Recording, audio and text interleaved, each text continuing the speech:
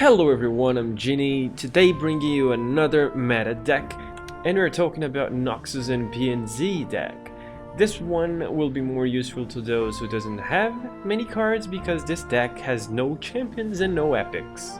So it's a very cheap deck to be made and can be quite effective depending on what type of decks you are encountering in the ladder more often. So let's get to it.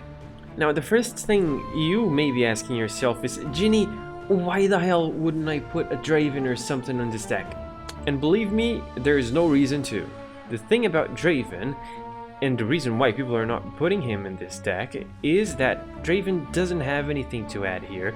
This deck is not looking to eliminate enemy units. Your scope is to finish the game as fast as possible.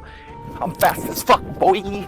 That's why this deck counts only with 1 drops and 2 drops. The only 3 drop we have is Used Cask Salesman.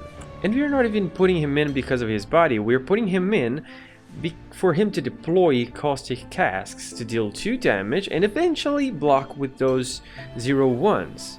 So looking at it from this perspective, I believe you would agree with me that Draven, which in this deck would be only for the quick attack 3 and 3, doesn't really have a place here, because by the time that you drop Draven, your enemy would already have a board, and at that time it would be better to simply drop a 1 drop and a 2 drop instead of just Draven, because it would have a higher chance of connecting to the enemy nexus. In this deck, every card have as a main priority, a main objective, to remove enemies' health. You don't want to block, in most cases, you only want to go face, because if you lose because your health dropped to 0 before your enemies, it probably means that you was unable to pressure him enough. So blocking wouldn't even have made much of a difference in this case. Now, talking about this deck's functionalities, you should always analyze if you have to save 3 mana for Nox and Fervor in case your enemy have a removal for one of your units. Because if he does, you can counteract by damaging it and dealing damage to the enemy nexus. Because getting value from a unit that would have died anyway is very important in this deck.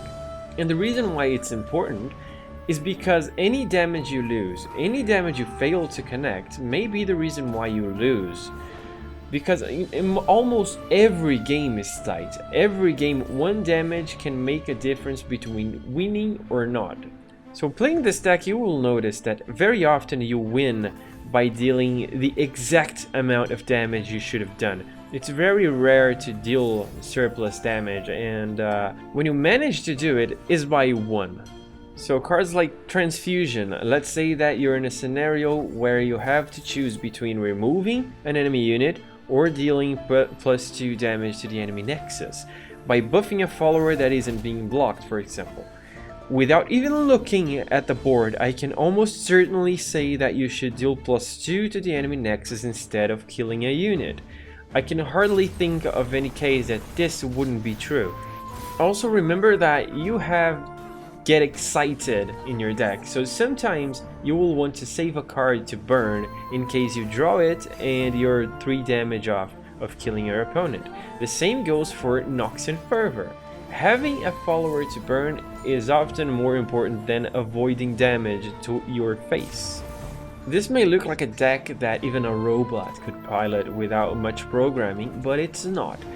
You really have to think about what cards you play, how much mana you have, if you have to save mana at all in the matchup, if you are in a position to dump your entire hand or wait to draw Get Excited.